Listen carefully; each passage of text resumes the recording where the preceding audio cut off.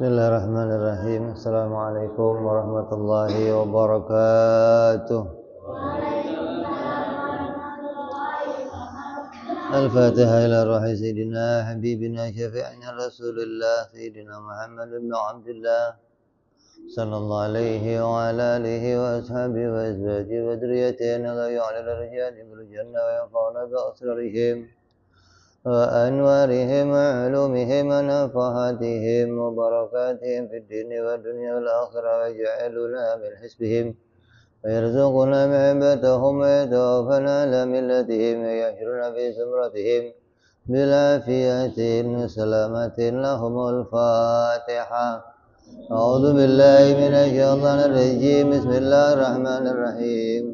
الحمد لله رب العالمين الرحمن الرحيم مالك يوم الدين إياك نعبد وإياك نستعين اهدنا الصراط المستقيم صراط الذين أنعمت عليهم غير المغضوب عليهم ولا الضالين آمين. بسم الله الرحمن الرحيم. نويت تعلما وتعليما وتذكرا وتذكيرا ونفعا والانتفاع والإفادة والاستفادة والحث على التمسك بكتاب الله وسنة رسول الله صلى الله عليه وسلم والدعاء إلى الهدى والدلالة على الخير ابتغاء مرضاته وقربه وثوابه وحسن الخاتمة مع اللطف والعافية وصلاح العاقبة. Bismillahirrahmanirrahim. Alhamdulillah rabbil alamin. Wassalatu wassalamu ala asyrafil anbiya'i wal mursalin Sayyidina wa habibina wa syafi'ina wa maulana Muhammadin sallallahu alaihi wa ala alihi wa sahbihi ajma'in. Amma ba'du. Qala musanniful kitab rahimahullah nafa'ana bihi wa bi'ulumihi fid darain. Allahumma aftah qulubana futuhal arifin wa bihikmatika wansur alaina birahmatika ya arhamar rahimin. Sampai apa kita?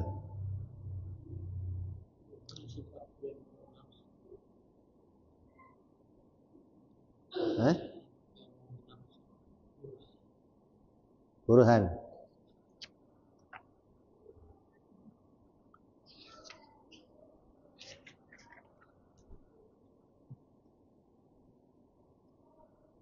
Wa amma burhanu wujubi qiyamihi ta'ala binafsihi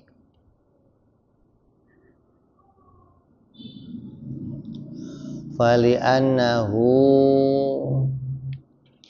ta'ala law ihtaja ila mahallin lakana sifatan wasifatu la tatasifu bisifatil ma'ani wal ma'nawiyah wa maulana jalla wa azza yajibu ittisafuhu bihima falaisa bisifatin walau ihtaja ila mukhassisin lakana hadisan kaifa waqad qamal burhanu ala wujubi qidamihi ta'ala wa baqaihi.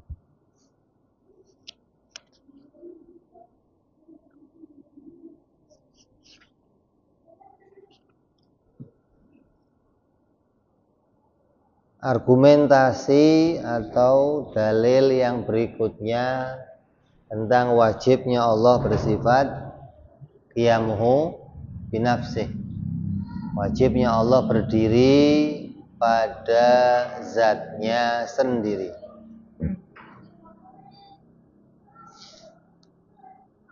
Burhan wajibnya sifat qiyamuhu binafsih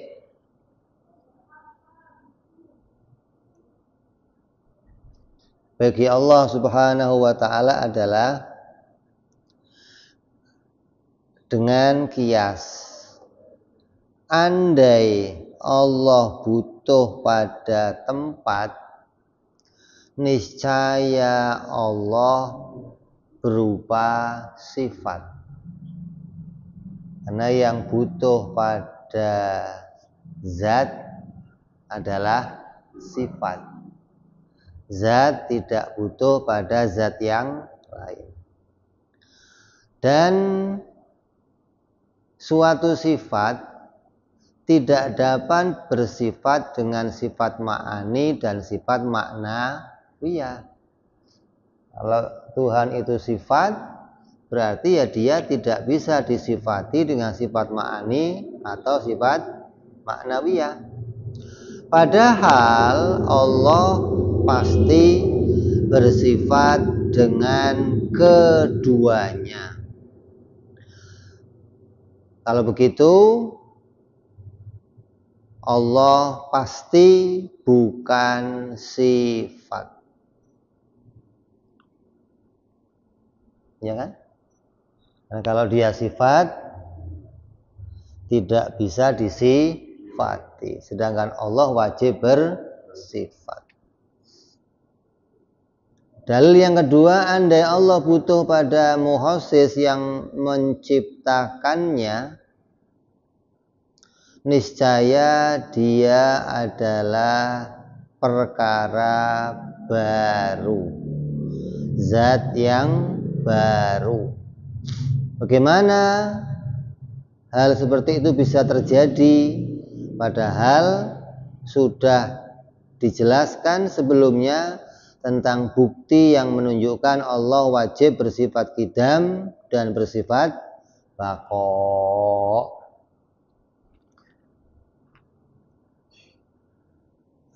Taqaddama anna qiyamahu ta'ala binafsihi ibaratun anil istighna'i jalla wa azza jalla wa ala anil mahalli wal mukhassis. Sudah dijelaskan bahwa sifat qiyamu binafsih itu bagi Allah adalah ungkapan dari kemahakayaan Allah atau ketidakbutuhannya Allah kepada zat yang lain dan kepada pencipta. Di sifat qiyamu binafsih di dalamnya menolak dua perkara, yaitu menolak butuhnya Allah kepada zat yang lain dan menolak butuhnya Allah kepada yang menciptakan. Maka akan didalili berarti dengan dua macam dalil. Dalil yang pertama adalah menunjukkan apa buktinya kalau Allah tidak butuh pada zat yang lain. Dalil yang kedua adalah bagaimana dalilnya Allah tidak butuh pada yang menciptakan. Amma burhanu istighna'i ta'ala anil mahallin, adapun bukti atau argumentasi yang menunjukkan Allah tidak butuh kepada zat yang lain, ai andzatin taqumu biha, itu zat yang dimana sifat itu berdiri pada dia. Fahuwa annahu law ikhtaja ta'ala ila dzatin ukhra yaqumu biha lazima ayyakuna sifatan litilka dzat. Kalau Allah itu butuh keberadaannya Allah, wujudnya Allah, dirinya Allah butuh kepada zat yang lain untuk dia bisa berdiri, untuk dia bisa eksis, berarti Allah itu akan jadi sifat bagi zat tersebut. Sesuatu yang membutuhkan zat yang lain berarti dia sifatnya.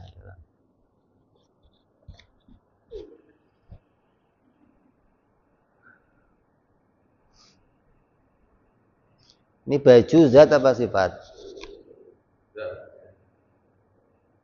Meja ini zat. Yang butuh sama baju siapa? Sifatnya baju. Yang butuh sama meja siapa? Sifatnya meja. Yang butuh sama Allah siapa? Sifatnya Allah. Ente butuh sama baju enggak?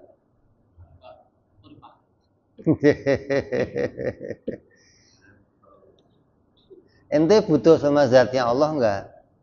Nah ini hati-hati nih. Jangan diomong di luar nanti bahaya. Enggak butuh sama zatnya Allah. Kenapa? Karena yang butuh sama zat yang lain pasti sifatnya. Jadi Allah itu zat, kita juga zat. Zat kita ini tidak bergantung pada zatnya Allah. Kalau zat kita bergantung pada zatnya Allah, maka niscaya kita jadinya sifatnya Allah. Begitupun Allah, kalau Allah bergantung pada zat yang lain, maka niscaya Allah akan jadi sifatnya zat tersebut, gitu loh. Jadi Allah juga nggak mungkin bergantung pada zat yang lain. Kita juga nggak bergantung pada zatnya Allah. Kalau kita bergantung sama zatnya Allah, niscaya kita jadi sifatnya Allah. Gitu.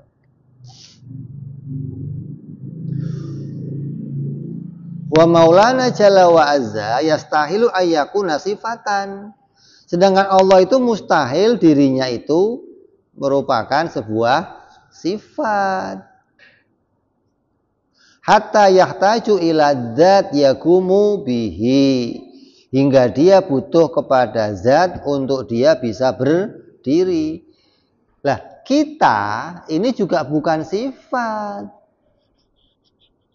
Wong ente jelas-jelas pada diri kamu bisa berdiri sendiri, bisa terpisah dari yang lainnya. Bagaimana kok kamu dikatakan sebagai sifat?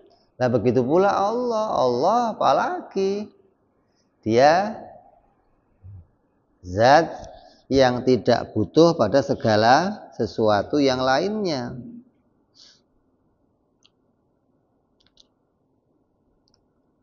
Idlaukana sifatan, kalau Allah itu wujudnya adalah sifat, eksistensinya Allah itu adalah sifat, alla yatasifa bisifatil ma'ani, maka pasti Allah tidak bisa bersifat dengan sifat ma'ani. Apa itu? Wahya al-qudratu wal iradatu wal ilmu ila akhir. Yaitu sifat kudrat, sifat iradat, sifat ilmu, sama, basor, kalam, dan semua sifat-sifat kesempurnaan yang lainnya. Sifat-sifat ini wajib ada pada pencipta. Wajib ada pada Allah. Nggak mungkin sifat-sifat ini nggak ada pada Allah, nggak mungkin. Karena untuk bisa menciptakan sesuatu harus pada dirinya punya kemampuan, harus pada dirinya punya kehendak, harus punya ilmu, harus hidup. Ini harus nih, untuk bisa menciptakan sesuatu harus punya sifat-sifat tersebut. Lah kalau Allahnya sendiri itu sifat, bagaimana semua sifat itu bisa ada pada dirinya Allah? Bagaimana ada sifat bisa pada dirinya berdiri sifat yang lain? Untuk berdirinya sifat-sifat itu, kudrat, iradat, ilmu, hayat, harus berdiri pada zat, nggak mungkin berdiri pada sifat yang lain. Wala bisifatil ma'nawiyah, dan juga nggak mungkin Allah bersifat dengan sifat makna wa ya kaunu ta'ala qadiran wa muridan wa aliman wa hayyan ila akhiri, yaitu sifat qadir, murid, alim, hayyan dan yang selainnya. Li'anna sifata la tatasifu bisifatin subutiyatin ghairi nafsiyatin wala salbiyatin. Karena yang namanya sifat itu nggak akan mungkin disifati dengan sifat subutiyah.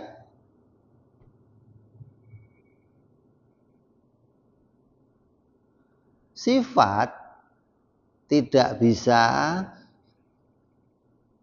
disifati dengan sifat subutiyah, yang mana sifat itu sifat yang bukan nafsiyah dan juga bukan salbiyah.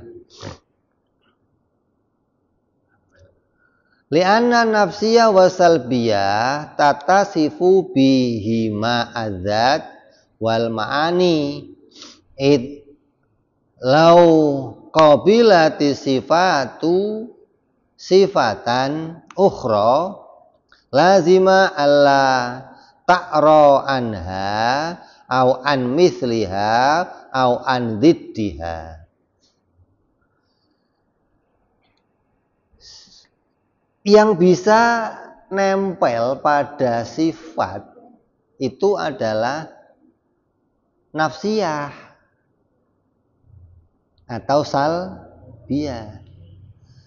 Kalau nafsiyah itu bisa nempel pada sifat maupun zat. Salbiyah juga bisa berdiri pada zat maupun sifat. Kudratnya Allah itu ada enggak? Ada, apa enggak ada? Ya berarti punya nafsiyah. Nafsiyahnya wujudiyah. Kan sifat ma'an itu sifatun wujudiyatun. Berarti dia bersifat dengan sifat nafsiyah. Sifat ma'ani itu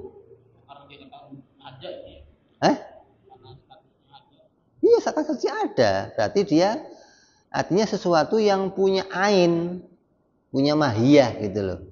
Seperti zat.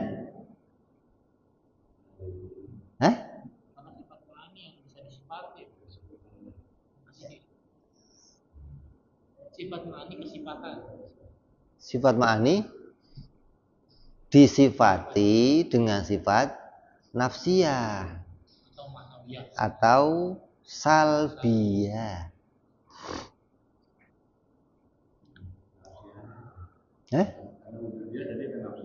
Lah ya kan masa nggak ada nafsiyahnya gimana? Zat ada nafsiyahnya.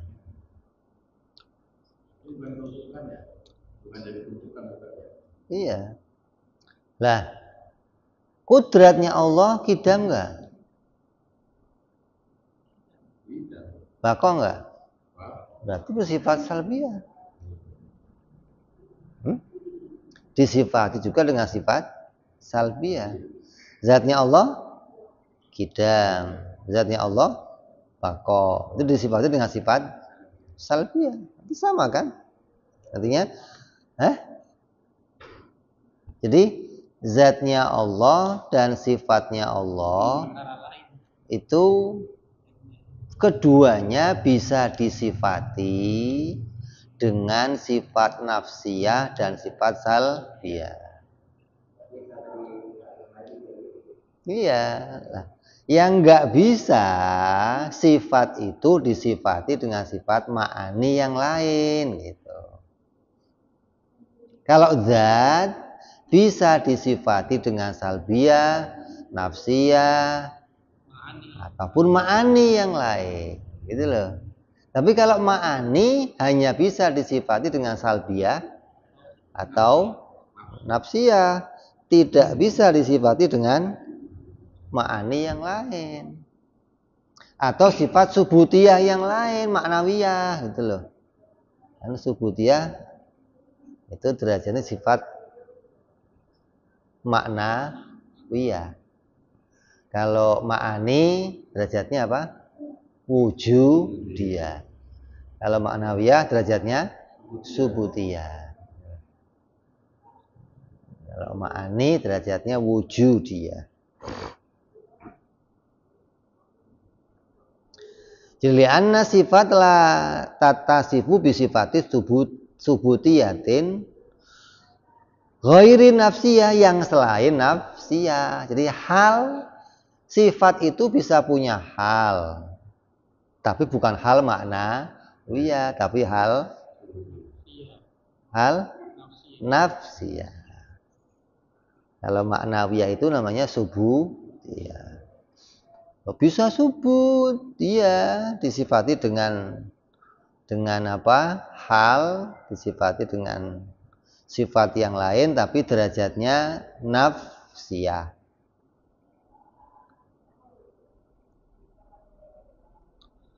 Dan salbiyah.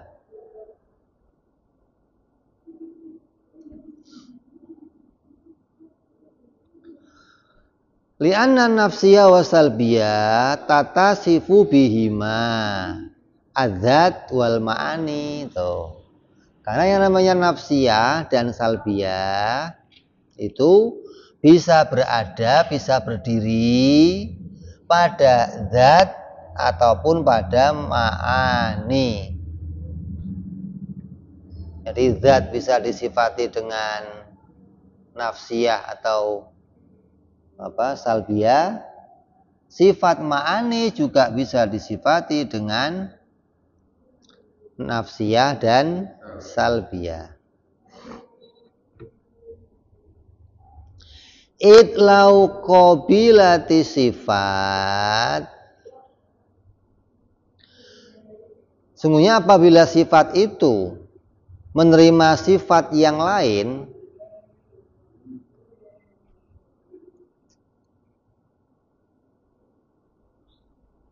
kalau sifat ma'ani bisa menerima berdiri sifat yang lain, apa yang terjadi? Tidak. Sifat ma'ani bisa nempel padanya sifat ma'ani yang lain, yang terjadi apa?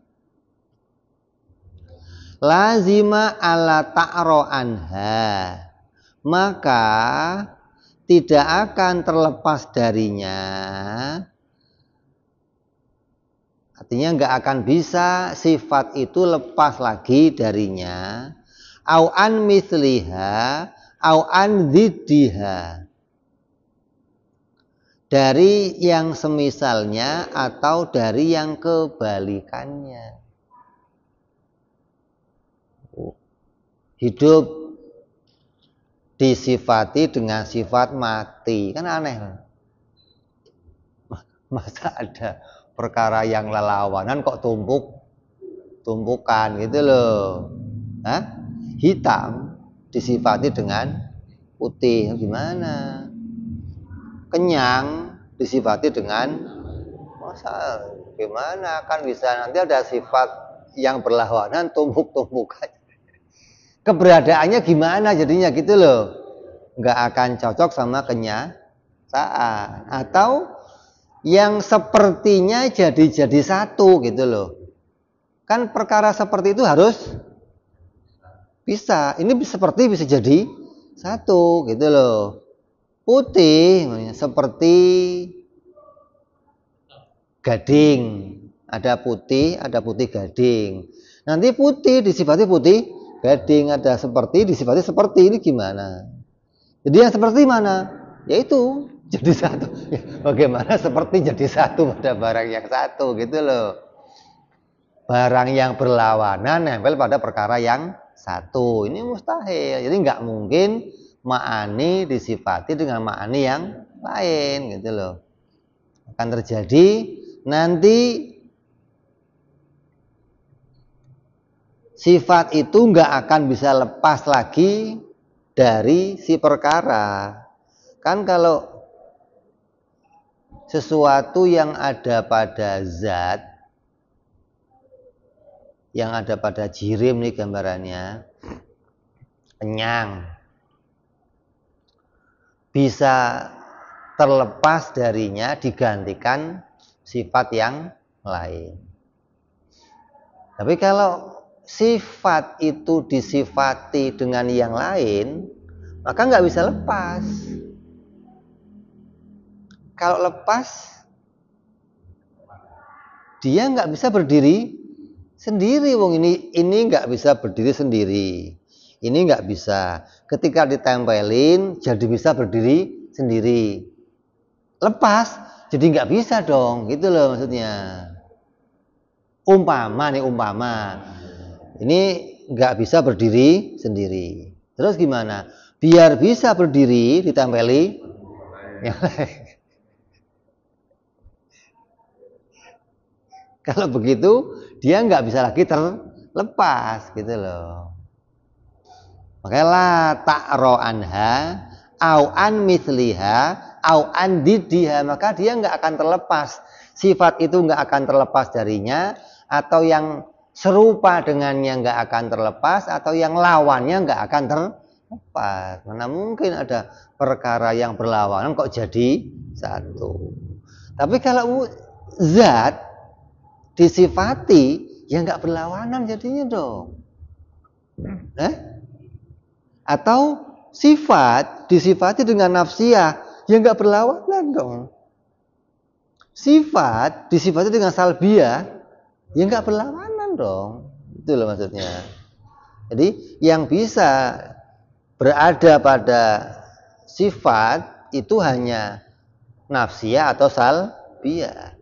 Ma'ani dan maknawiyah nggak bisa nempel pada sifat. Bisanya hanya pada zat. Nyambung ya. Ini alasan kenapa sifat itu nggak bisa disifati. Sedangkan Allah itu wajib bersifat. Lah kan repot dong.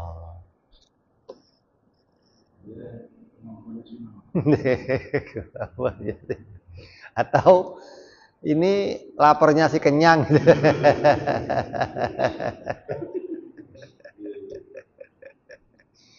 Ini siapa? Ini matinya si hidup, gitu. Matinya si hidup.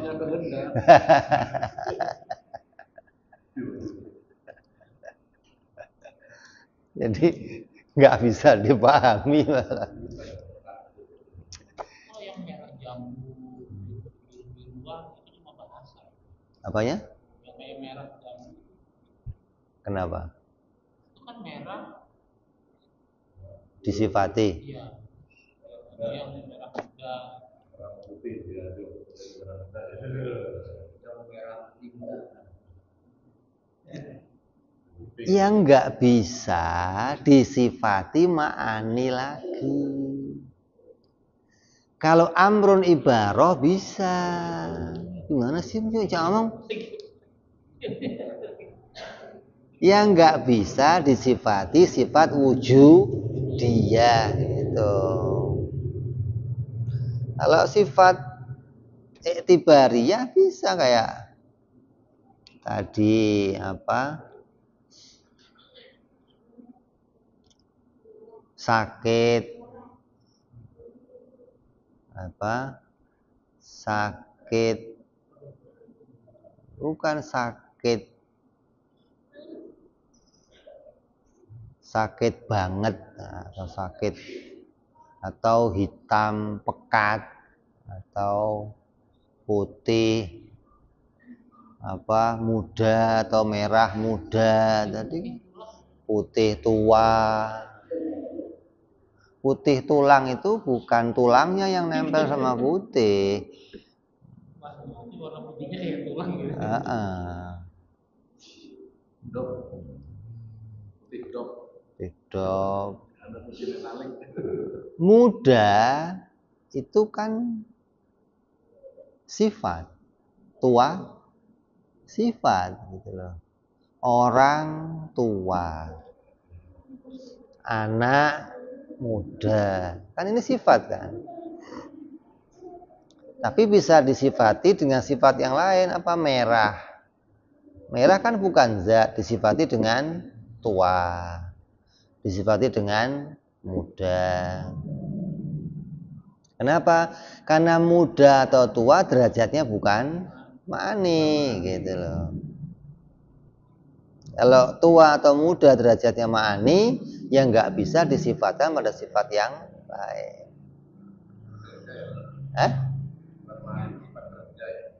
Iya, sifat yang punya nafsiyah. Walaupun nggak punya aktif, kayak hayat kan nggak punya aktif, warna nggak punya aktif, tapi derajatnya punya nafsiyah, punya ain loh maksudnya. Punya ain itu maksudnya begini, sampai derajat bisa dilihat. Itu namanya punya ain. Seperti zat. Zat itu derajatnya punya ain. Kenapa? Sampai derajat bisa dilihat. Tapi kalau nafsiyah atau salbiyah nggak sampai derajat bisa dilihat. I'tibariyah itu nggak sampai derajat bisa dilihat lah. Yang seperti itu boleh disifatkan kepada sifat gitu loh. Karena derajatnya bukan derajat wujudi gitu loh. Selagi bukan derajat wujudi, bisa disifati dengan sifat yang lain.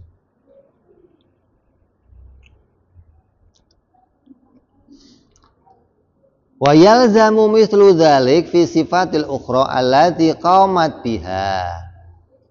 Idzil qabulu nafsiyun fala buddha ayyattakhida bainal mumathilatin wa huwa muhalun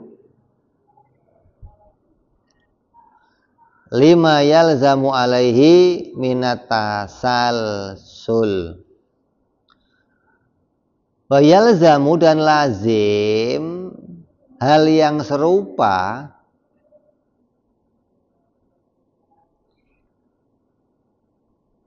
pada sifat yang lain, allati qaumat biha, yang dia berdiri pada sifat ma'ani yang lain,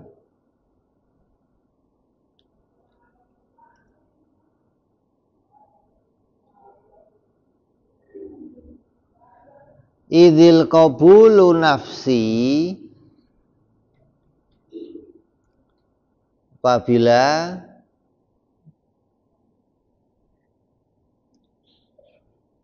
keduanya itu bisa menerima perkara yang lain, fala buddha ayyattakhida, maka pasti akan bersatu baina mumathilat, maka akan menjadi bersatunya atau berkumpulnya perkara yang mumathilat. Wa huwa muhalun lima yalzamu alaihi minat tasalsul. Maka ini adalah hal yang mustahil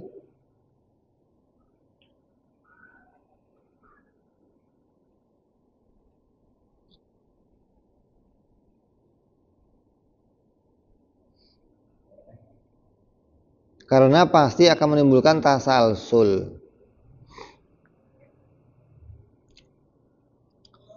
Wa dukhuli ma la nihayata lahu min sifati fil wujudi wa huwa muhalun. Hal ini mustahil karena pasti akan menimbulkan tasalsul dan masuknya sifat-sifat yang tidak terbatas pada suatu wujud.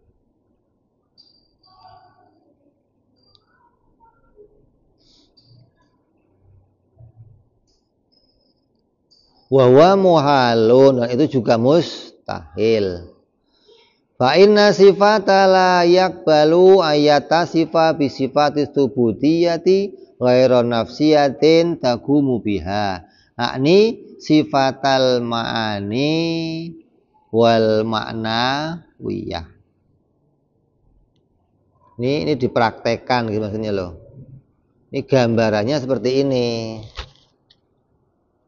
Kayak tadi apabila ada sifat ma'ani kok berdiri pada sifat ma'ani yang lainnya, atau akan terjadi adanya tersusunnya perkara yang kebalikan, tersusunnya perkara yang serupa, tersusunnya perkara yang sama.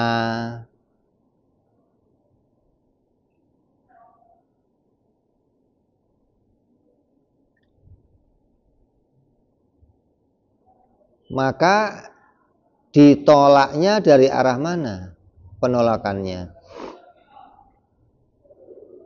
Bisa juga terjadi dari arah tadi menyatunya perkara yang berlawanan, atau menyatunya perkara yang kebalikan atau yang serupa. Karena itu akan menimbulkan tasalsul. Tasalsul itu apa?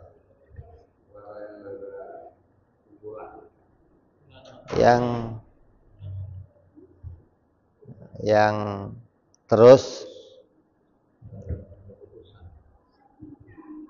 kayak tadi apa contohnya apa? Putih disifati dengan hitam, atau kenyang disifati dengan lapar, atau putih disifati dengan putih yang serupa atau yang semisalnya. Terjadi tasalsulnya, maka akan berlakunya pergandengan itu akan jadi pergandengan yang terus menerus tanpa ada permulaannya. Putih bergantung pada putih yang satu. Putih yang satu nanti bergantung sama putih lagi yang satunya, tanpa ada yang menciptakan. Kalau sifat bisa disifati dengan sifat ma'ani, maka keberlawanan itu atau keserupaan itu terjadi dengan sendirinya, maka akan membentuk perkara yang tidak akan pernah berakhir. Dor itu masuk perkara tasalsul, tapi tasalsul yang berhenti gitu loh. A bergantung sama B, B bergantung sama C, C bergantung sama A, berarti berhenti nih gitu loh. Kebergantungannya itu berhenti.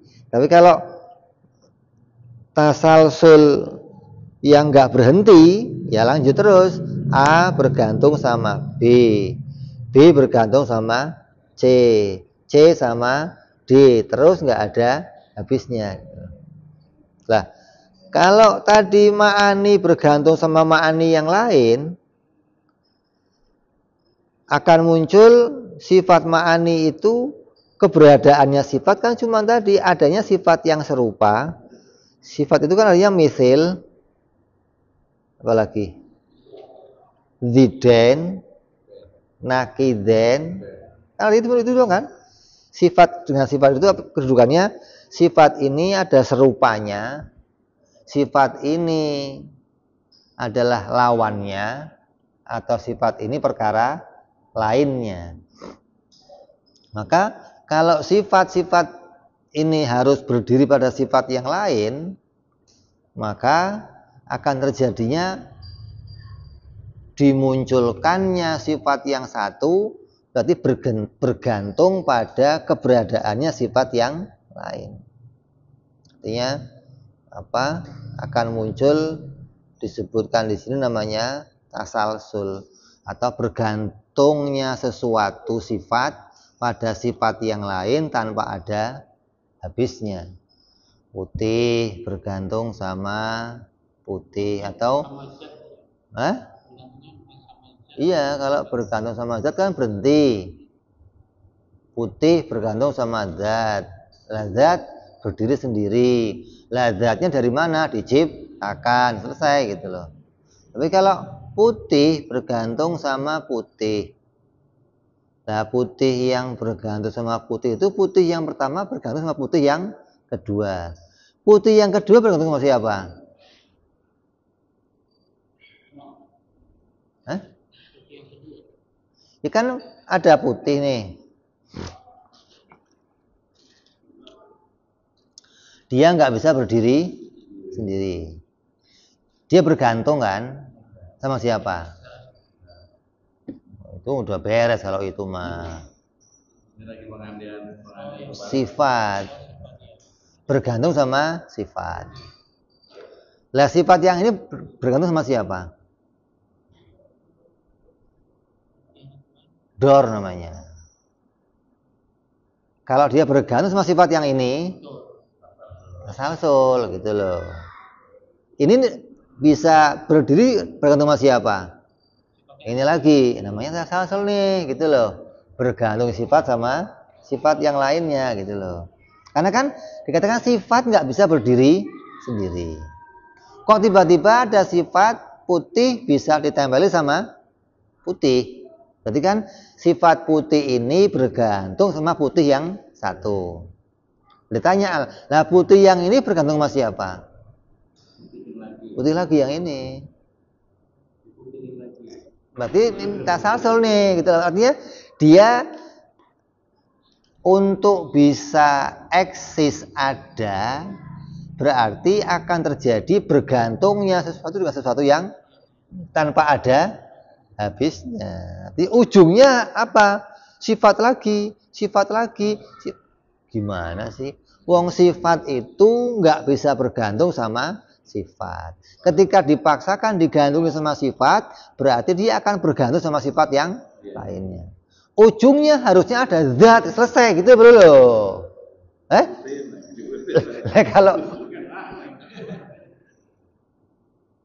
Kalau nggak ada zatnya, selamanya akan terus bergantung. Dia belum bisa selesai berdiri tanpa adanya yang berdiri sendiri gitu loh. Kalau perkara yang bergantung nempel sama yang bergantung, maka ini belum bisa berdiri sendiri. Dia masih bergantung sama yang lain. Apalagi ya sifat lagi. Terus ini dia berarti hal ini nggak mungkin terjadi gitu loh. Mohal adanya sifat bergantung sama sifat yang lain. Kalau begitu akan terjadi nanti tasalsulnya sifat butuh sama sifat tanpa ada habisnya gitu loh.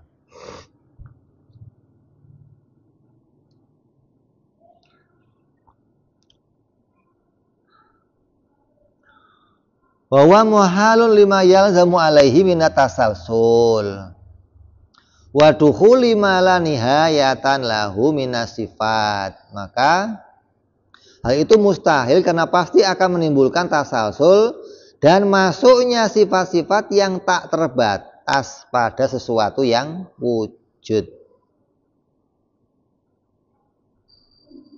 Bahwa muhalun fa inna sifata, karena sesungguhnya sifat la takbalu antata sifa bisifatin subutiyatin ghairi nafsiyatin tagumu biha.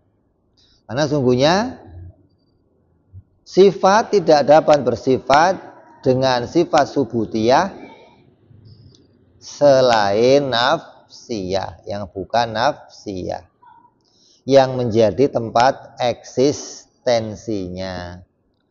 Akni sifatil ma'ani wal ma'na wiyah. Wa maulana jalla wa azza qaumal burhanu qati ala wujubi ittisafihi bisifatil ma'ani wal ma'na wiyah. Sedangkan Allah itu wajib pada dirinya dengan dalil-dalil yang jelas, yang nyata, dia wajib bersifat dengan sifat ma'ani dan makna wiyah. Wa yalzamu ayyakuna dzatan aliyatan mausufatan bisifatil murtafi'atin wa laisa huwa fi nafsihi subhanahu sifatan li ghairihi ta'ala andalika uluwan kabira. Padahal jelas kita sudah membuktikan bahwa Allah itu adalah zat yang pasti pada dirinya itu ada sifat-sifat ma'ani dan sifat-sifat ma'nawiyah, sehingga Allah pasti merupakan zat yang al-aliyah, zat yang maha luhur, al-mausufatun yang bersifatan bisifatil murtafi'ah yang bersifat dengan sifat-sifat yang maha tinggi. Walaisa huwa fi nafsihi, dan bukan merupakan sifat yang selainnya. Subhanahu ta'ala andalika, maha suci Allah dari hal-hal yang demikian. Artinya mustahil Allah itu bersifat dengan sifat-sifat ma'ani yang lainnya. Kalau Allah itu bersifat dengan sifat ma'ani yang lainnya, maka akan terjadi tadi tasalsul. Ma'ani atau kudrat berdiri pada kudrat. Jadi kudratnya si kudrat. Terus kudratnya si kudrat, kudrat yang kedua itu kudratnya siapa? Ya kudratnya si kudrat lagi. Nah kudrat ini punya siapa nih kudratnya? Ya kudrat lagi. Nggak akan bisa dipahami makna yang apa? Nggak akan bisa dipahami makna yang nyata dari keberadaannya gitu loh.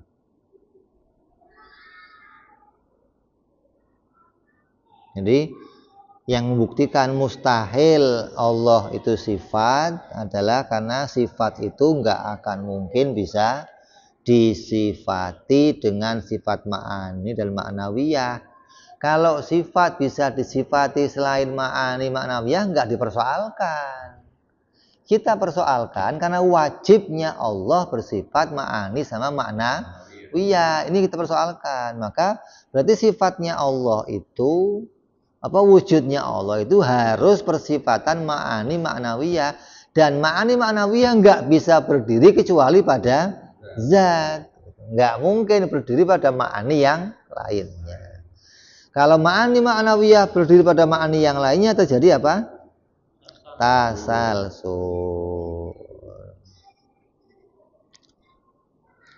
Jadi jelas Allah mustahil, dia adalah sifat wajib, dia adalah zat, karena wajibnya pada dirinya bersifat dengan sifat ma'ani dan ma'nawiyah.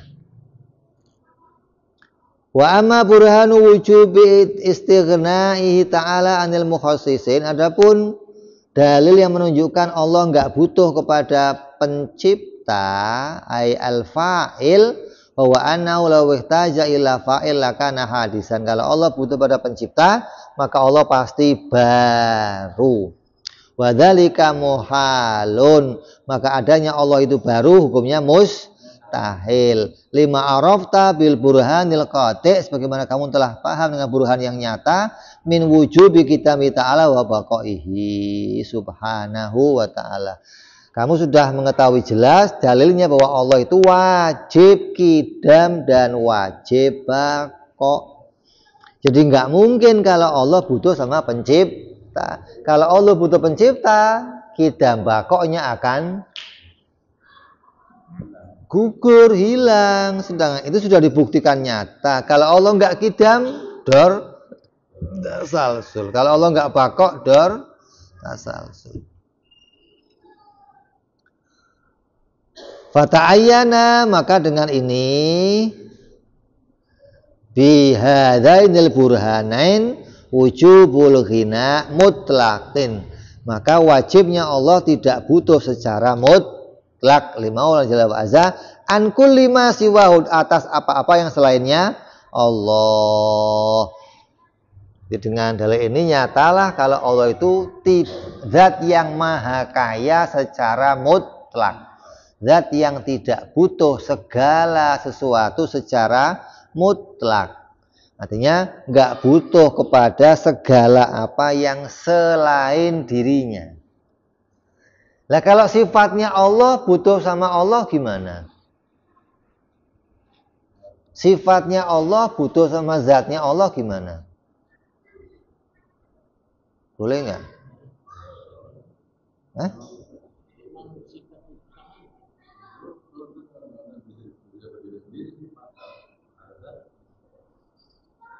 Allah tidak butuh pada segala yang lain.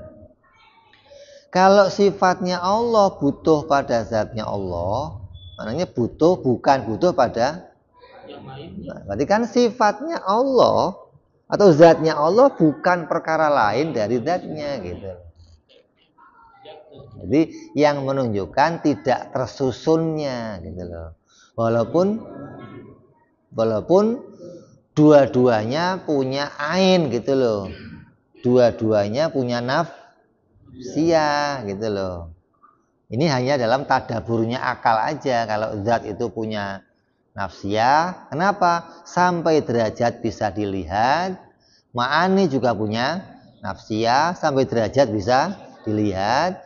Tapi kalau dikatakan zat, sifatnya Allah butuh sama zatnya, tidak sampai mengurangi derajat kemahakayaannya gitu loh. Karena karena yang mengurangi kemahakayaannya kalau butuhnya sama selain Allah gitu loh. Selagi itu masih pada dirinya sendiri, maka tidak bisa dikatakan dia butuh pada perkara yang lain. Tapi perkataan sifatnya Allah butuh sama zatnya, ini juga perkataan kurang adab. Yang pantas dikatakan adalah sifatnya Allah berdiri pada zatnya, bukan sifatnya Allah butuh pada zatnya gitu loh. Walaupun secara takrif bisa saja gitu loh, tapi nggak adab. Makanya Imam Razi ditegur hanya gara-gara mengatakan sifatnya Allah butuh sama zatnya Allah. Nggak adab ente, biarin. Kan begitu emang kenyataannya gitu loh.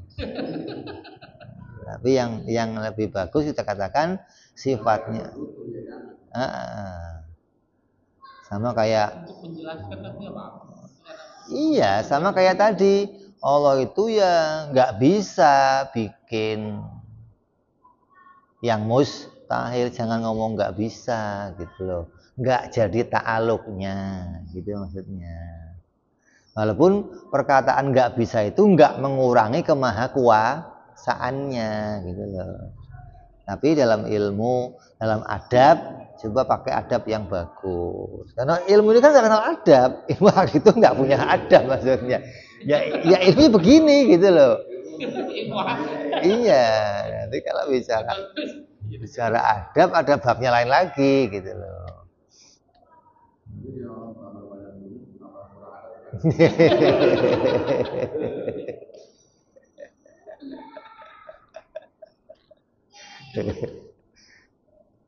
Ya, jadi jelas nyata bahwa didalili Allah itu wajib qiyamuhu binafsi. Maknanya Allah itu ghaniyul mutlak. Allah zat yang maha kaya mutlak. Maknanya Allah itu tidak butuh kepada segala sesuatu yang selain dirinya secara mutlak. mutlak. Allah berdiri pada dirinya sendiri, tidak butuh kepada yang lainnya. Nah, kalau Allah berarti butuh sama dirinya sendiri, ya nggak ada masalah, bukan lainnya dia kok, gitu loh maksudnya. Kalau butuhnya sama ente itu mustahil.